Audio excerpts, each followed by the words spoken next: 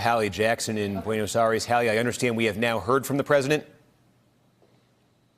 We are, Steve. We are just now getting a statement from President Trump and First Lady Melania Trump about the death of former President Bush. I'm going to read it to you. It's several paragraphs long, but I think it's worth talking about here. So President Trump is saying that Melania and I join with a grieving nation to mourn the loss of former President George H.W. Bush, who passed away last night.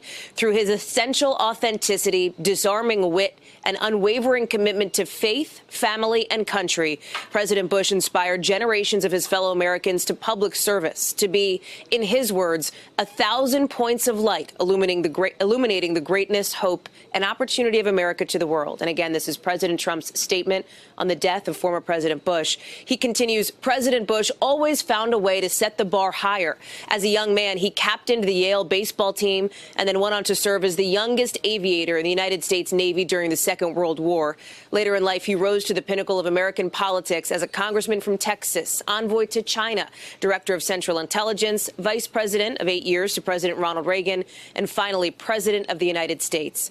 President Trump continues, with sound judgment, common sense, and unflappable leadership, President Bush guided our nation and the world to a peaceful and victorious conclusion of the Cold War. As president, he set the stage for the decades of prosperity that have followed. And through all that he accomplished, he remained humble, following the quiet call to service that gave him a clear sense of direction. And President Trump ends his statement on the death of President Bush by saying, along with his full life of service to country, we will remember President Bush for his devotion to family, especially the love of his life, Barbara. His example lives on and will continue to stir future Americans to pursue a greater cause. Our hearts ache with his loss, and we, with the American people, send our prayers to the entire Bush family as we honor the life and legacy of 41. And again, that is the statement now from President Trump.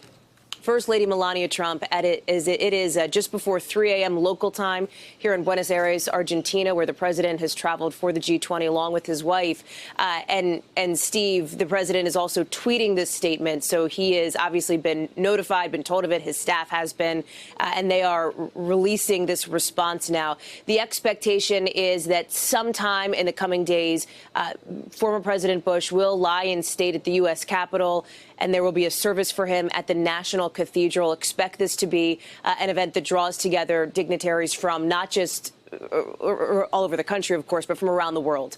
And that might be reflected in what we see later today at this international summit. Remember that there are close allies of the United States here, people, leaders who have worked with the United States in the context of the Bush family in the past. And so I imagine that as the sun comes up here in Buenos Aires, we will hear more, not just from President Trump and his family, with Ivanka Trump, Jared Kushner traveling with him as well, but from other world leaders who are in Buenos Aires for this summit, Steve. But again, we are getting now, in the middle of the night here in Argentina, that response from President Trump, those words about the life and legacy of George H.W. Bush from Donald Trump. Steve? All right, Hallie Jackson in Argentina with the president. Hey there, I'm Chris Hayes from MSNBC. Thanks for watching MSNBC on YouTube. If you want to keep up to date with the videos we're putting out, you can click subscribe just below me or click over on this list to see lots of other great videos.